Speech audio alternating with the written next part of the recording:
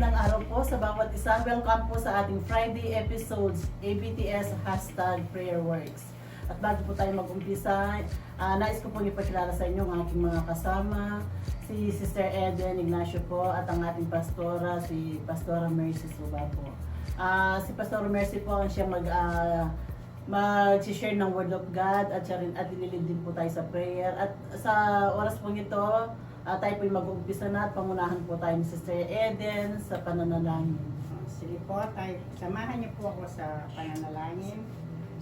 Hallelujah Lord, Hallelujah. Patuloy po kami lumalapit sa inyo, Banal na Espiritu. Salamat Panginoon.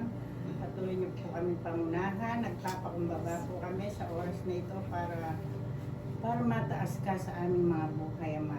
Hallelujah Lord, patuloy na dinadalangin ko ang mga manonood at ang makakapanood po ng live streaming na to. Patuloy na pagpalain mo po silang lahat, Panginoon. At patuloy na ikaw ang mataas, ikaw ang maghari sa kanilang mga buhay. Patuloy na i-bless mo ang aming mga gawain ito, Panginoon. Patuloy na kasihan mo kami ng Santong Espiritu. Ilid mong maglilid ng iyong banal at buhay na salita, Panginoon. Patuloy mo siyang pagpalain, O God, biyayaan ng karunungan na nanggagaling sa inyo, Ama.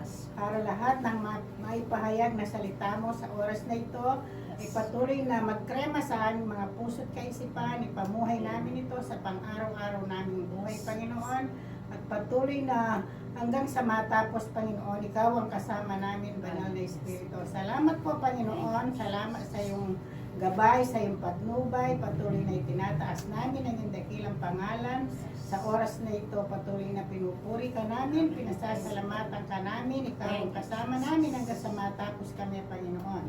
Sa iyo lahat ng papuri, parangal, pasasalamat at pagsamba, ito po ang aming panalangin sa pangalan ni Jesus. Amen. Amen. So, magandang araw po sa bawat isa. Sa araw pong ito, patuloy po natin pag-aaralan ang salita ng Diyos at ang ating pong magiging paksa sa araw na ito patungkol po sa pananalangin. Amen po. Ano ba yung pananalangin?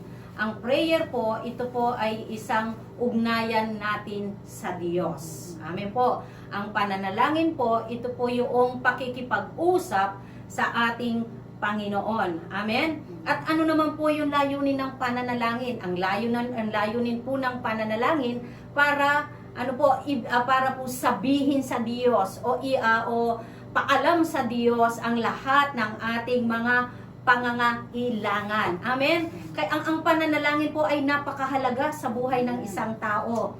Mahalaga ang pananalangin sa buhay ng bawat isa. Kaya nga po kung hindi po tayo nananalangin, paano po natin masasabi yung lahat ng ating pangangailangan sa Diyos kung hindi tayo lalapit sa Diyos? Amen? Kaya nga ang pananalangin, ito po ay ugnayan sa ating Panginoon o pakikipag-usap sa ating Panginoon. At ang layunin ng pananalangin para masabi o maipaalam sa Diyos ang ating mga pangangailangan. Tayo pong lahat ay mga kanya-kanyang pangangailangan. Amin po ba?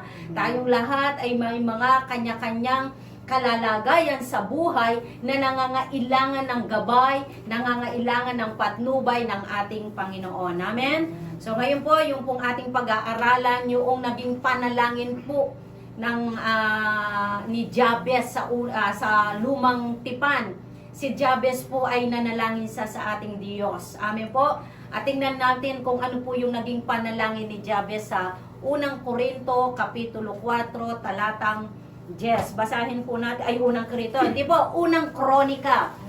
Unang Kronika, Kapitulo 4, talatang 10. Basahin ko po natin Ngunit nanalangin si Jabez sa Diyos ng Israel at sinabi, pagpalain po ninyo ako, palawakin ninyo ang aking lupain, samahan po ninyo ako at ingatan sa anumang kasawian makakasakit sa akin, at ipinagkaloob ng Diyos ang kanyang kahilingan.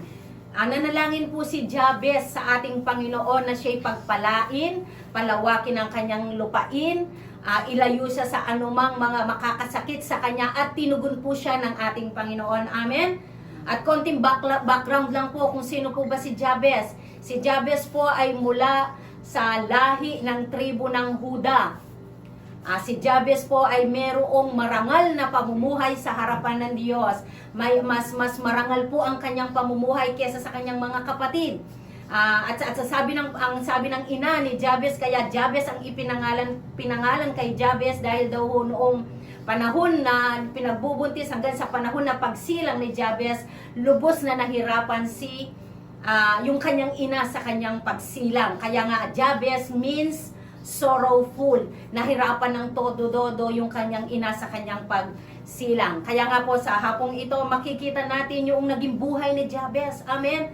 Yung buhay ni Jabez, yung puso ni Jabez sa Panginoon, yung nasa ng puso ni Jabez na alam niya ang Panginoon ang makapagbibigay ng lahat ng kanyang mga panalangin. Kaya nga lumapit sa Diyos, humiling sa Diyos na kanya na palawakin ang kanyang lupain, na pagpalain siya, ingatan siya, gabayan siya. Sinabi ni Jabez yung lahat ng request niya sa Diyos. Amen. Sinabi niya Jabez yung lahat ng nais na mangyari niya sa kanyang buhay, ibinigay niya sa Diyos. Ipinaalam niya sa Diyos. Amen. Ibinigay niya sa Diyos, ipinaalam niya sa Diyos ang nais ni Jabez na mangyari sa kanyang buhay. Amen po. Tayo pong lahat ay may mga kanya-kanyang pangangailangan. Di pa po ba? Tayo pong lahat ay may mga kanya-kanyang pangangailangan sa buhay. Ikaw, ano yung pangangailangan mo sa buhay? Pwede mong ilapit sa Diyos at ang Diyos ay bukas ang kanyang tenga. Ang Diyos ay bukas ang kanyang tenga para pakinggan ang iyong panalangin. Amen? Basta taimtim ka lang lumapit sa Diyos. Ibigay mo tumiwala ka ng iyong buong puso sa Diyos at tiyak ang Diyos ay makikinig sa iyong panalangin. Yan po ang ating Panginoon. Napakabuti ng Diyos. Hindi mahirap lapitan ng ating Diyos. Kinakailangan lang na tayo ay lumapit sa Kanya. Tayo ay humiling sa Kanya. Tayo ay manalangin. Ipaalam ang ating mga kalalagayan sa Kanya. Gaya po ni Jabez, amen, pinaalam niya ang kanyang kalalagayan sa ating Panginoon. Pinaalam niya yung kanyang kahilingan sa ating Panginoon at ang Diyos tumugon sa panalangin ni Jabez. Amen po, wala pong kinikilingan ng Diyos. Sino man po, ano man po ang inyong kalalagayan, sino man po kayo, pwedeng lumapit ang lahat sa Diyos. Wala pong kinikilingan ng Diyos. Walang pinipiling tao ang Diyos. Lahat ay pwede pong lumapit sa ating Panginoon. Lahat ay pwedeng lumapit sa ating Panginoon. Amen po. Dahil Diyos siyang mabuti, Diyos siyang nagbibigay ng katugunan, Diyos siyang nagbibigay ng kasagutan sa ating mga pananalangin. Amen? So tiyak po na makikinig ang Diyos, tiyak na magbibigay ng katugunan at kasagutan ng Diyos kung taimtim kang nananalangin sa Panginoon, kung may tunay kang pananampalataya at pagtitiwala sa Diyos na pag sinabi mo sa Diyos, ibinigay mo sa Diyos ang iyong panalangin, ipinaalam mo sa Diyos ang iyong pangangailangan, ang iyong kalalagayan, tiyak kung nakikita ng Diyos ang iyong puso, nakikita ng Diyos ang iyong pananampalataya sa Kanya, tiyak na bibigyan niyang katugunan at kasagutan ang inyong pananalangin. Amen? Kaya ganun po kahalaga ang pananalangin. Amen? Ganun po kahalaga, ganun po kalaki na magagawa ng panalangin sa ating buhay. Amen? Yung makipag-ugnayan ka lagi sa Diyos. Huwag po nating kalimutan na lagi dapat, amen, dapat meron tayo ng consistent na pananalangin. Dire-diretsong pananalangin sa ating Panginoon. Napakahalaga po ng pananalangin ng isang tao. Amen? Yung magkaroon tayo lagi ng ugnayan sa Panginoon. Yung nakikipag-usap lagi tayo sa Panginoon. Yung kinakausap po natin lagi ang ating Panginoon. Napakahalaga po yun at napakalaking bahagi po yun sa ating buhay. Amen. Na tayo ay lubos na makakalapit sa ating Panginoon, na tayo makikipag-usap sa Kanya. Amen po? Kaya nga po sa hapong ito, ikaw na nanonood, ikaw na nandyan sa iyong kalalagayan, ikaw na nakaluklok sa kung saan ka man ngayon, patuloy tayong lumapit sa Panginoon. Lalo na sa mga panahong ito, ang tangi lamang nating makakapitan ay ang ating Panginoon. Amen? Ang tangi lamang nating malalapitan sa mga panahong ito ay ang ating Panginoon. Amen? Naghihintay sa iyo na ikaw ay lumapit na ikaw ay magpakumbabang lumapit sa ating Panginoon, umasa sa Kanya, magtiwala sa Kanya, ibigay ang lahat ng iyong kahilingan, ibigay ang lahat ng iyong mga pangangailangan, sabihin sa Kanya, at ang Diyos ay makikinig sa ating mga panalangin. Amen po. Gaya ni Jabez. Amen. Tinugon ng Panginoon ang panalangin niya. Dahil nakita ng Diyos ang puso ni Jabez. Nakita ng Diyos ang pananampalataya ni Jabez. Amen. So, napakahalaga po ng pananalangin sa mga panahong ito. At sa isang tao, napakahalaga na tayo ay mayroong consistent na pamumuhay na ay meron tayong dire-diretsyong pananalangin. Amen po. Kailangan po natin na tayo ay laging nananalangin. Amen? So, sa umagang pong ito, kayo na nandyan sa inyong mga lugar, kanya-kanya inyong mga tahanan, may mga kanya-kanyang request sa Panginoon. Pwede nyo pong sabihin, tayo ay lumapit sa Panginoon, sabihin mo kung ano yung kahilingan mo sa Panginoon, at ang Diyos ay makikinig sa iyo. Amen? Tayo pong lahat ay yumuko sa hapong ito at tayo po ay mananalangin. Hallelujah!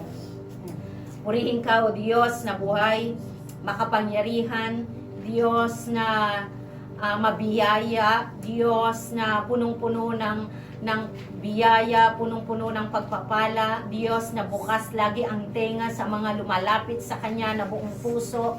Panginoon, na tunay ngang Diyos kang dakila, Diyos kang mabuti, Diyos kang nakikinig ng mga panalangin, O God. Salamat sa iyo, Panginoon. Napakabuti mong Diyos. Napakabuti mong Diyos. Wala kang katulad. Buhay na Diyos. Makapangyarihang Diyos. Ikaw ay tapat. Ikaw ay sapat. Ikaw ay banal na Diyos na dapat nga pa pong papurihan, paglingkuran, O Diyos. Kaya nga sa araw pong ito, Panginoon, patuloy kami nagpapasalamat sa isang pagkakataon na ibinigay mo sa amin, Panginoon, na kami, O God, ay lubos na makalapit sa iyo, Panginoon. Gaya ng aming binasa sa araw na ito, Diyos, sa buhay ni Jabez, na tunay nga, O Diyos, sinabi ni Jabez ang lahat ng kanyang pangangailangan, sinabi ni Jabez yung lahat ng kahilingan niya sa inyo, O God, at iyon ay iyong tinugon, Panginoon. Kaya nga sa araw pong ito, kami patuloy na lumalapit, buong pusong lumalapit sa iyo, Panginoon, taimtim na lumalapit sa iyo, nananalangin sa iyo, na sa hapong ito, na sa araw na ito, Diyos, ikaw ay makapangyarihang na Diyos na kaya mong tugunin anumang pangangailangan ng bawat isa na nakikinig at nanonood sa araw na ito, Diyos. Sila na nasa bahay nila, sila na nasa trabaho nila, o nasaan man silang lugar sa kasalukuyan na may mga kanya-kanyang mga kahilingan sa iyo, may mga kanya-kanya, Panginoon, na panalangin sa iyo, Diyos. Ikaw ay makapangyarihan na kaya mong bigyan ng katugunan, kaya mong sagutin ang kanilang mga panalangin. Kaya sa araw na ito, Diyos, ikaw ang magbigay ng katugunan sa lahat ng mga tao, Panginoon, na nakikinig at nanonood sa araw na ito na may mga kanya-kanyang kahilingan sa buhay, Panginoon. Lord, salamat. Pagpalain mo silang lahat. Ikaw magbigay ng kasagutan at katugunan ng kanilang mga panalangin. Salamat sa iyo, Panginoon. Salamat sa iyo, O Diyos. Salamat sa araw na ito. Pagpalain mong lahat ng mga nakikinig, pagpalain mo yung lahat ng mga manonood, Panginoon, at ang manonood at makikinig pa, ikaw ang patuloy na magpala, Panginoon, sa kanilang mga buhay. Salamat sa iyo, Panginoon. Kaya nga sa araw pong ito, dakilang Diyos, patuloy kaming lumalapit sa iyo, Panginoon. Nagpapasalamat, Panginoon, sa bawat buhay at lakas na ipinagkakaloob mo sa amin. At sa araw pong ito, patuloy naming itinataas, sama-sama kaming nananalangin, O Diyos. Itinataas sa iyo, Panginoon, ang kalalagayan ng aming bansa, Panginoon. O Diyos, ikaw ang nakakakita ng aming bansa, kalalagayan ng aming bansa. Mga nangyayari sa aming bansa, O Diyos. Sitwasyon, Lord, iba't ibang klaseng sitwasyon, iba't ibang klaseng mga circumstansyang nangyayari sa aming bansa. Pero Lord God, kami, Panginoon, ay buong pusong lumalapit sa iyo. May pananampalataya at pagtitiwala na kaya mong tugunin ang panalangin namin. Kaya mo, Panginoon, pakinggan ang aming panalangin para sa aming bansa. Patuloy po namin itinataas sa iyo ang aming bansa. Panginoon, tulungan mo ang bansang Pilipinas. Tulungan mo ang bawat mamamayang Pilipino. Tulungan mo ang bawat leaders namin, O Diyos. O Diyos, ikaw ang nakakakita, Panginoon, ng kalalagayan ng bawat mamamayang Pilipino, bawat Pilipino, Diyos. Nakikita mo yung sakit at hirap na kanilang dinaranas. Kaya sa pagkakataong ito, humihiling kami at humingi kami ng iyong grasya. Humihiling at humingi kami ng iyong biyaya, Panginoon, sa bawat isang Pilipino, bawat mamamayang Pilipinong tumatawag, O Diyos, sa iyo, nananalangin at lumalapit sa iyo, Panginoon. Pagpalain mo ang bansa namin, O God. Sa pangalan ni Jesus, matapos na O Diyos, ang pandemic na ito, O Diyos. Matapos na, O Diyos, ang salot na ito. In the name of Jesus, O God. Patuloy mo pong pakialaman ang bansa mi. Pakialaman ang bawat, O Diyos, departamento ng bansang ito. Bawat, O Diyos, kalalagayan ng aming bansa. Pakialaman mo, Panginoon, O Diyos. Maghari ka't makialam sa aming bansang Pilipinas. Tulungan mo ang bawat leaders namin, O Diyos. Tulungan mo ang bawat mga pinuno namin, O Diyos, Panginoon. Bigyan mo sila ng karunungan at kaalaman, Panginoon, O Diyos. O God, manguna ka at maghari ka. Yes, O God. O Panginoon, patuloy kaming lumalapit at tumatawag sa iyo. O ikaw ang aming Panginoong makapangyarihan, na tunay na makakapagbigay ng magandang solusyon, Panginoon, sa kinahaharap namin pong pandemic, Panginoon. Salamat sa iyo, dakila Diyos. Salamat sa iyo, Panginoon. Alam namin, Panginoon, sa tama at sa takdang panahon, O Diyos, matatapos din ang salot na ito, matatapos din ang pandemic na ito, Diyos. Salamat sa iyo, God. Pagpalain mo at patuloy mong hawakan ng bansang ito. Pagpalain mo at patuloy mong hawakan ng bawat mamamayang Pilipino. Pagpalain at patuloy mong hawakan ng bawat mga leaders namin. O, purihin ka, Panginoong Banal. Purihin ka sa araw na ito. Sa iyo po lahat ng papuri, parangal, pasasalamat at pagsamba sa tanging pangalan ni Jesus. Amen. Amen. Sige po, tayo po'y patuloy na Salamat po, manalangin. Panginoon. Hallelujah, God. Thank you, Hallelujah, Jesus. Thank you, Jesus. Lord. Yes, O Lord, Panginoon, sa oras po nito, O Diyos, patuloy din po namin nilalapit sa inyo ang aming mga kapatid na nasa karamdaman, O God. Yes. Lord, kilala nyo ang bawat isa, Panginoon. Hallelujah, Jesus. Kay lamang, O God, ang siyang nakakaalam kung ano man po ang kalalagayan nila, O God. Alam po namin, Panginoon, na hindi po maigsi yung mga kamay, O God, upang hindi sila maabot, Panginoon. Kaya sa oras po nito, O Diyos, patuloy namin itinitiwala sa iyo lahat ng aming mga kapatid na nasa karamdaman, O God. Hallelujah, anumang klaseng sakit na meron sila, Panginoon. Hallelujah, God, diabetes mento, Panginoon. May mga kapatid kami na heart attack, O God. May mga kapatid kami na paralyzed, O Diyos. May mga kapatid kami, Panginoon, na mataas ang kanilang mga sugar, lahat ng anumang klaseng sakit, Panginoon. Lord, sa pangalan ni Jesus, O Diyos, alam po namin, Panginoon, walang mahirap at walang imposible sa iyo, dakilang Diyos. Alam po namin, Panginoon, ikaw ay Diyos na makapangyarihan, O God. Ikaw ay Diyos na punong-puno ng himala, O God. Ikaw ay Diyos na punong-puno ng habag, O God. Ikaw ay Diyos na punong-puno ng pagmamahal, O God. Kaya, Lord, sa oras po ito, O Diyos, abutin niyo, Panginoon, ang iyong mga anak, O God, na nangangailangan ng kagalingan sa oras po nito, O Diyos. Maghari ka at kumilos ka sa kanilang mga buhay, O God. Lord, sa iyo lamang po sila nagtitiwala, Panginoon. Dahil alam po namin, O God, tunay na walang mahirap, O Diyos.